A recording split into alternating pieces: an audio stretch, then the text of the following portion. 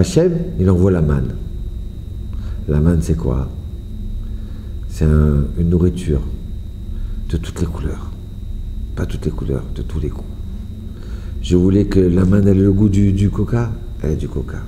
Je veux qu'elle ait le goût de l'orange, elle a le goût de l'orange, du poulet, de la viande. Tous les goûts du monde, elle pouvait avoir. Aïe, aïe, aïe.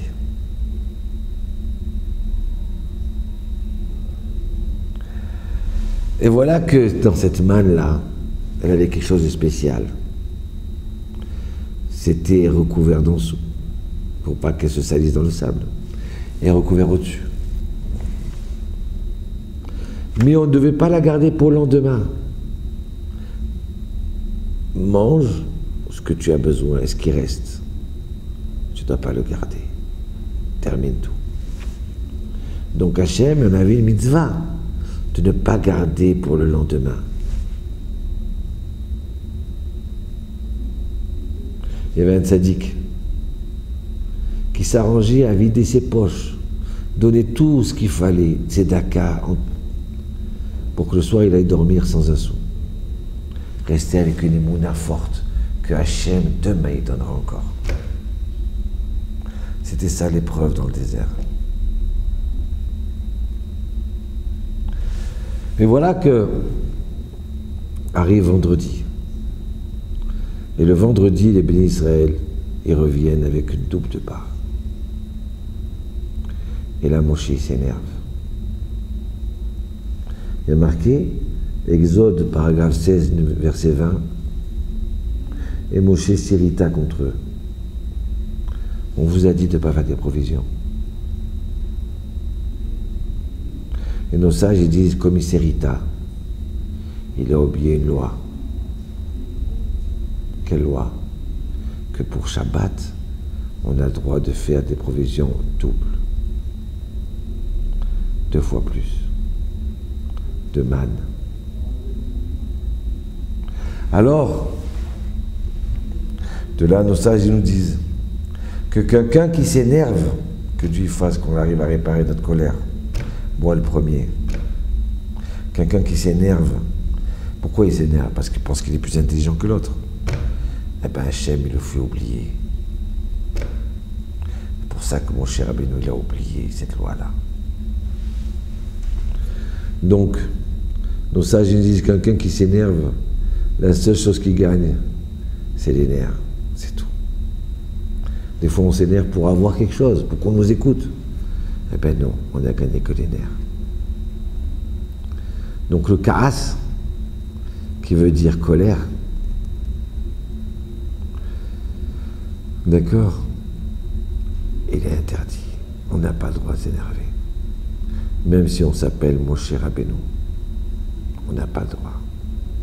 Et quand on s'énerve, on oublie.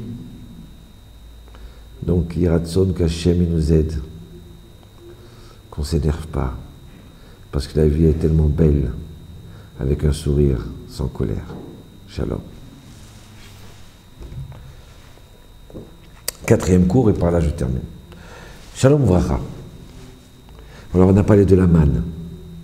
Vous savez qu'en hébreu, il y a des consonnes, mais il n'y a pas de voyelles dans la Torah. C'est écrit sans voyelles.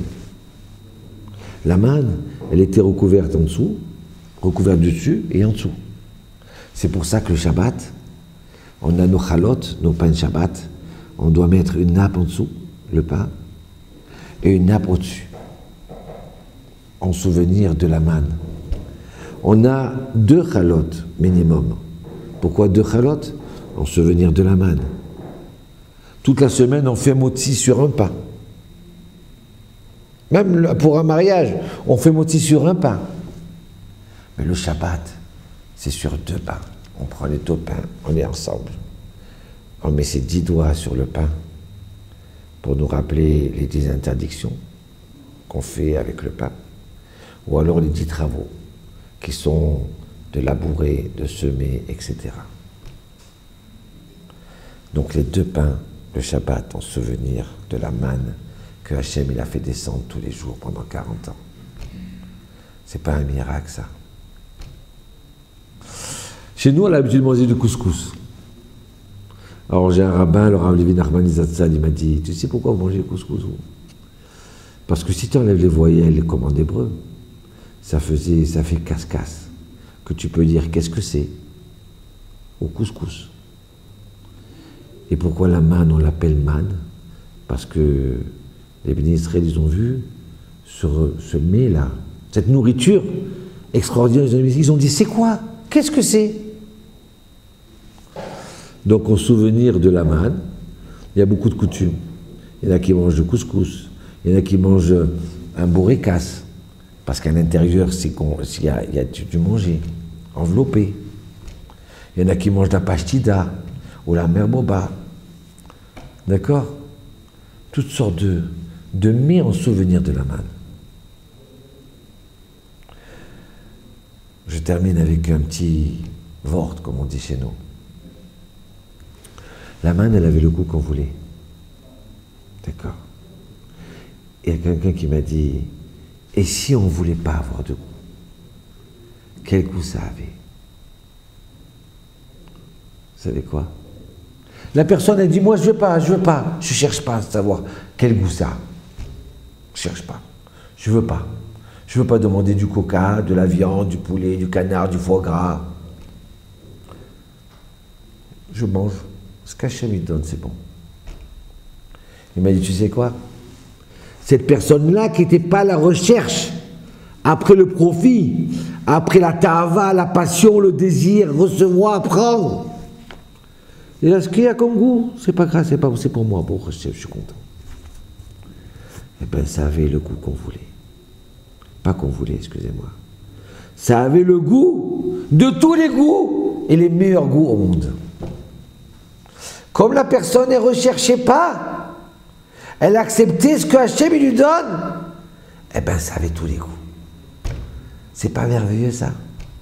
Ça veut dire que des fois, à force d'attendre un cadeau, de papa, de maman, de son mari, de sa femme, d'attendre et désirer, eh bien, quand on le reçoit, il n'y a peut-être pas de goût.